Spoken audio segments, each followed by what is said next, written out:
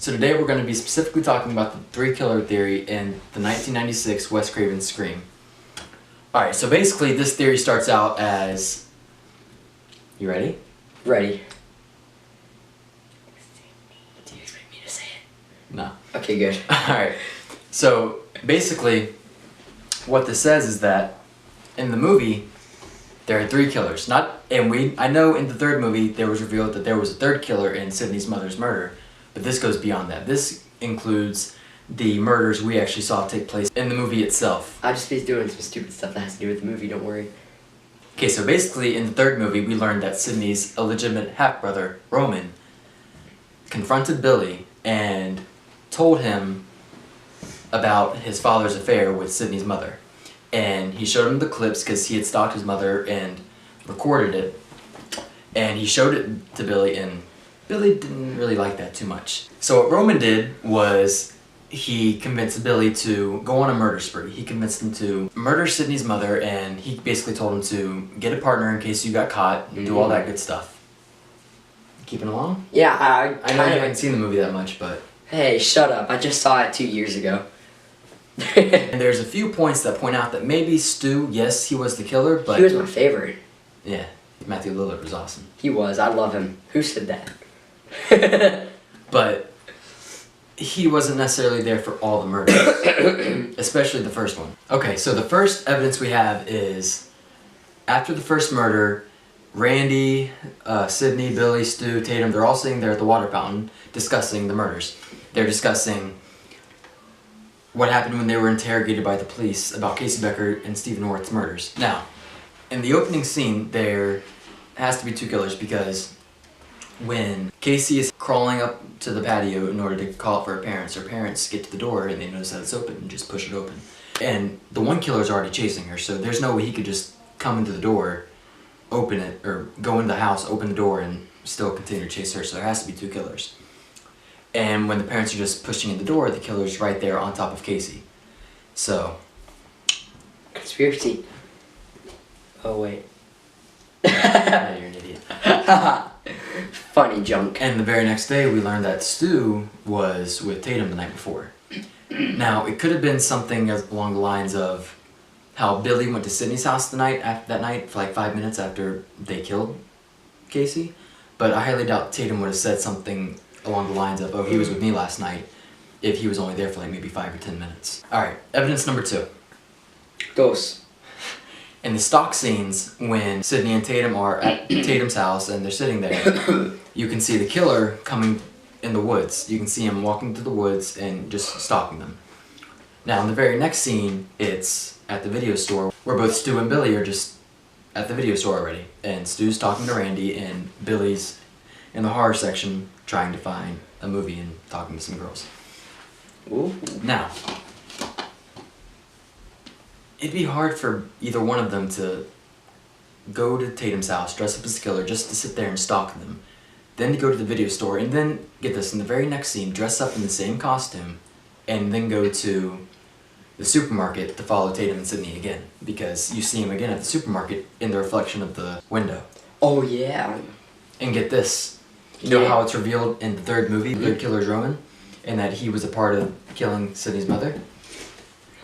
Well, at the grocery store scene, when it shows the person stalking Sydney and Tatum, when it shows Ghostface and the reflection of the window of the freezer, guess what food he's right beside? Or guess what? Get the only food inside the door. Guess what it is? Ramen noodles. No. Oh. Romantica desserts. Roman is in Romantica. Oh yeah, it wasn't like I forgot what you were saying. I wasn't really paying attention, just laughing and dashing.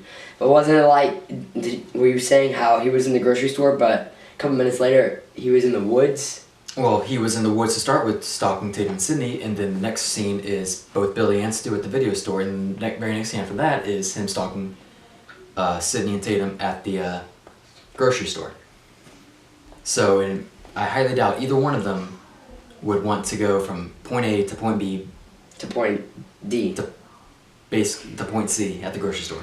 I wouldn't want to do that. Dude, I hate running, that's for sure. If Roman is the big shot caller like he claimed to be in Scream 3, it only makes sense that he wants to sit there and taunt Sydney, watch her, keep his eye on her. Now, evidence 3, Tatum's death.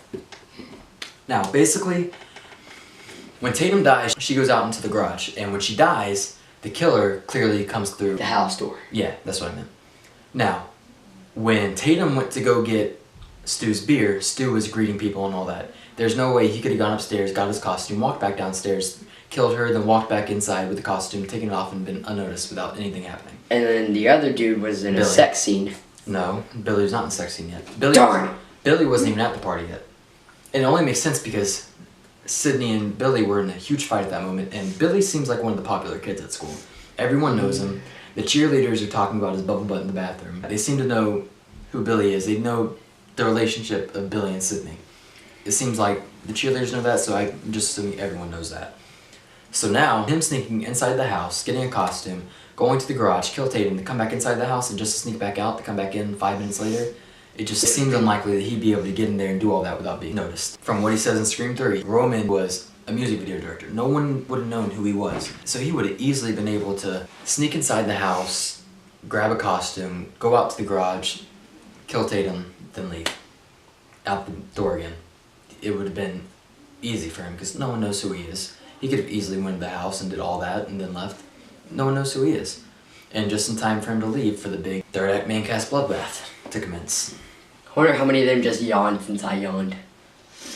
Like the video if you yawned. Subscribe if you yawned. And also, if you like the video or comment or subscribe, you get a free Lamborghini. Like the second you like it, it'll be shipped right to your garage. Liar. No. Clickbait. Evidence number 4. Alright. At the end, after the whole "we all go a little mad sometimes" quote, and Billy and Stu are sitting there in the kitchen, slicing each other up, trying to make it look like They were attacked. they were attacked and that they were the sole survivors, so they could carry on and plan the sequel. Billy gets a little too zealous. Crazy. Yeah, crazy, zealous, whatever you want to call it, with his stabbing Stu. With him stabbing Stu. So now, the theory is that with him having another accomplice, he doesn't need Stu. So why wouldn't he just sit there and slice him and try his best to kill him? He doesn't need him. He has another accomplice to help him. He has someone else that, you know. Roman! And after he reveals his real motive to Sydney, you can see it in Stu's face. He had no clue about Billy's father's affair with Sydney's mother. Stu was just basically a little lapdog. He helped Billy because he just wanted to. He was a nutcase and he wanted to help his best friend out. So now, out of all this, it is possible that Roman was there for all the murders in Scream. Why wouldn't he stick around for the murder spree? He basically created Billy, the killer that he was. So why wouldn't he stick around for the whole bloodbath? Why wouldn't he stick around to see one person he wanted dead? If you like this video and you want me to do more of this stuff, like, comment, subscribe. Leave comments about what you want me to talk about, anything like that. I'll talk about anything. Comment. And I messed up. Sub. Oh, and if you subscribe, then you actually get a sub from Subway. I forgot that. No, you don't. Yes, Okay. you. Just go look at your chicken. Dyslexic. Go look in your kitchen right now. Kitchen chicken. You're an idiot. Dyslexia. Alright, but leave comments about what you want me to do videos on, what you want us to do videos on. Conspiracy theories. That. We love those. We have a lot of fun with those. So, and we'll see you guys next time. Oh, and just to tease you all. Or not. Keep going. Just to tease you all, if you actually like the conspiracy theories, we actually have a really good one about the Titanic. Everyone knows the one about Titanic. Okay, fine then. We have one about Leonardo DiCaprio, how he never actually got that Oscar. It was all just fake. It was made out of cheese. And we also have one about the moon landing. Yeah, you're an idiot. We'll see you guys. We'll see you guys next time.